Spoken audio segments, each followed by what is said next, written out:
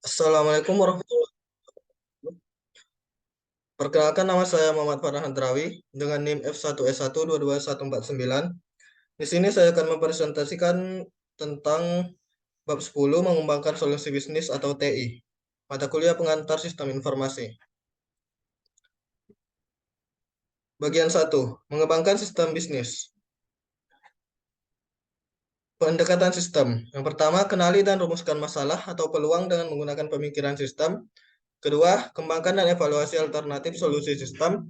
Ketiga, pilih solusi sistem yang memenuhi persyaratan Anda. Keempat, desain solusi sistem yang dipilih. Kelima, implementasikan dan evaluasi kesuksesan sistem yang telah didesain. Kemudian pembuatan prototipe. Pembuatan prototipe atau prototyping adalah pengembangan yang cepat dan pengujian terhadap model kerja atau prototipe dari aplikasi baru dalam proses yang interaktif dan berulang-ulang yang bisa digunakan oleh ahli SI dan praktisi bisnis. Pembuatan prototipe membuat proses pengembangan lebih cepat dan lebih mudah, khususnya untuk proyek di mana persyaratan pemakai akhir sulit dirumuskan. Pembuatan prototipe dapat digunakan untuk aplikasi besar dan aplikasi kecil. Umumnya, sistem bisnis besar masih perlu menggunakan pendekatan pengembangan sistem tradisional, tetapi sebagian sistem tersebut seringkali dapat dibuatkan prototipenya. Pembuatan prototipe merupakan proses yang interaktif dan berulang-ulang, yang menggabungkan langkah-langkah seperti pada gambar di samping. Yang pertama, identifikasi kebutuhan bisnis pemakai akhir. Analisis atau penyelidikan, para pemakai akhir mengidentifikasi kebutuhan bisnis mereka dan menilai kelayakan beberapa alternatif solusi sistem informasi. Kemudian kembangkan prototipe sistem bisnis atau bisa juga analisis atau desain. Para pemakai akhir dan atau pakar SI menggunakan alat pengembangan aplikasi untuk secara interaktif mendesain dan menguji prototipe berbagai komponen sistem informasi yang memenuhi kebutuhan para pemakai akhir. Kemudian revisi prototipe agar memenuhi kebutuhan para pemakai akhir dengan lebih baik. Desain atau implementasi prototipe sistem bisnis diuji, dievaluasi, dan dimodifikasi berulang-ulang hingga para pemakai akhir dapat menerimanya. Kemudian gunakan dan pelihara sistem bisnis yang diterima. Implementasi atau pemeliharaan. Sistem bisnis yang diterima dapat dimodifikasi dengan mudah karena sebagian besar dokumentasi sistem disimpan di dalam disk. Kemudian desain sistem. Analisis sistem mendeskripsikan apa yang harus dilakukan oleh sistem untuk memenuhi kebutuhan informasi pemakai. Desain sistem menentukan bagaimana sistem akan memenuhi tujuan tersebut. Desain sistem terdiri dari aktivitas desain yang menghasilkan spesifikasi sistem yang memenuhi persyaratan fungsional yang dikembangkan dalam proses analisis sistem. Cara yang berguna untuk melihat desain sistem diilustrasikan dalam gambar di samping. Yang pertama ada desain interface pemakai, seperti desain layar, bentuk laporan, dan dialog. Kemudian desain data, seperti desain struktur dan elemen data. Kemudian ada desain proses, yaitu desain program dan prosedur. Analisis sistem.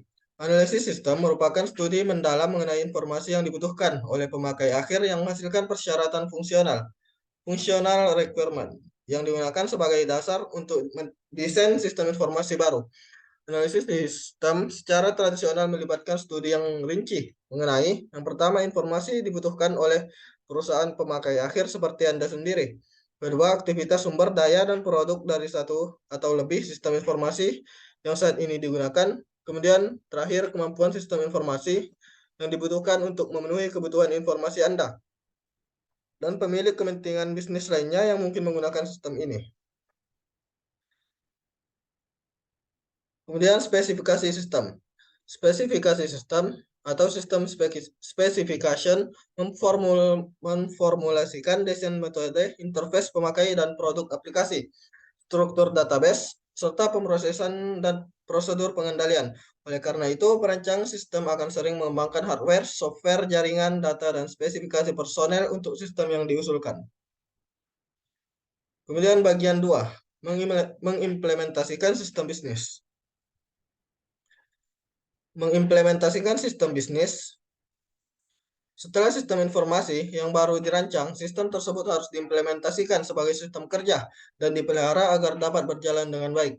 Proses implementasi yang akan kita bahas dalam bagian ini adalah kelanjutan dari tahap investigasi, analisis, dan desain siklus pengembangan sistem yang kita bahas di bagian 1. Implementasi adalah langkah yang vital dalam pengembangan teknologi informasi untuk mendukung karyawan, pelanggan, dan pihak-pihak yang berkepentingan lainnya. Proses pengimplementasikan sistem. Tahap implementasi sistem melibatkan pemerolehan hardware dan software, pengembangan software, pengujian program dan prosedur, konversi sumber data, dan berbagai alternatif konversi. Hal ini juga melibatkan pendidikan dan pelarian pemakai akhir dan para ahli yang akan menjalankan sistem yang baru tersebut. Aktivitas implementasi. Yang pertama, pembelian hardware, software, dan layanan. Kemudian pengembangan atau modifikasi software. Kemudian konversi data. Kemudian pelatihan pemakai akhir. Kemudian yang terakhir konversi yang pertama, paralel, percontohan, bertahap, dan langsung.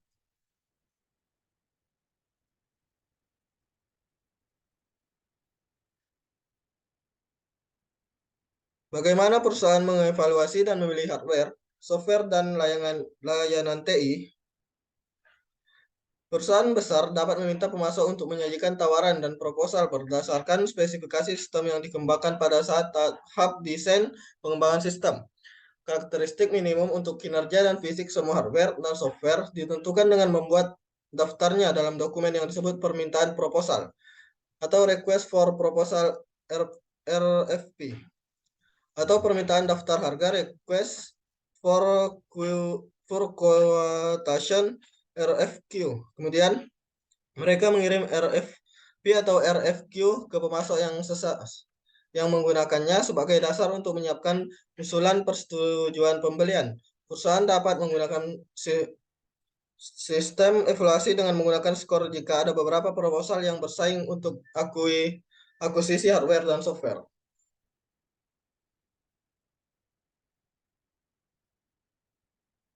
Faktor-faktor evaluasi hardware antara lain karakteristik, kinerja, biaya, keandalan, kompatibilitas, teknologi, ergonomi, konektivitas, keluasan software dukungan, kualitas, efisiensi, fleksibilitas, keamanan, konektivitas, pemeliharaan, dokumentasi, hardware, dan lainnya. Aktivitas implementasi lainnya. Yang pertama ialah pengujian sistem. Biasanya dapat melibatkan pengujian dan debugging software, pengujian kinerja situs web, dan pengujian hardware baru. Bagian penting dari peninjauan ini adalah peninjauan tampilan, laporan, dan output lainnya. Kedua, konversi data. Aktivitas konversi data ini adalah aktivitas mengonversi elemen data di database yang dipengaruhi oleh aplikasi yang baru ke dalam format yang baru. Kemudian dokumentasi. Dokumentasi sangat penting dalam proses implementasi, dikarenakan sangat penting dalam mendiagnosis kesalahan dan membuat perubahan. Kemudian yang keempat, pelatihan. Merupakan aktivitas implementasi yang vital. Pelatihan ini dapat melibatkan aspek aktivitas entry data atau bahkan dapat melibatkan semua aspek dari penggunaan sistem yang baru tersebut. Kemudian yang terakhir, metode konversi. Metode konversi dapat mempermudah pengenalan teknologi informasi yang baru ke dalam organisasi. Kemudian contoh studi kasus, DuPont dan Software. Tentang mengimplementasikan portal informasi perusahaan yang sukses. DuPont. DuPont pada kelompok performance coating senilai 3,8 miliar dolar di DuPont Co.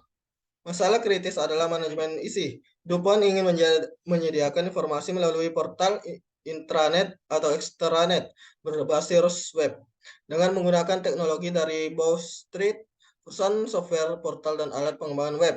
DuPont ingin dapat menyediakan informasi khusus mengenai merek pelapisnya. Sejak kemampuan isi tersebut dijalankan, situs DuPont telah tumbuh dengan pesat.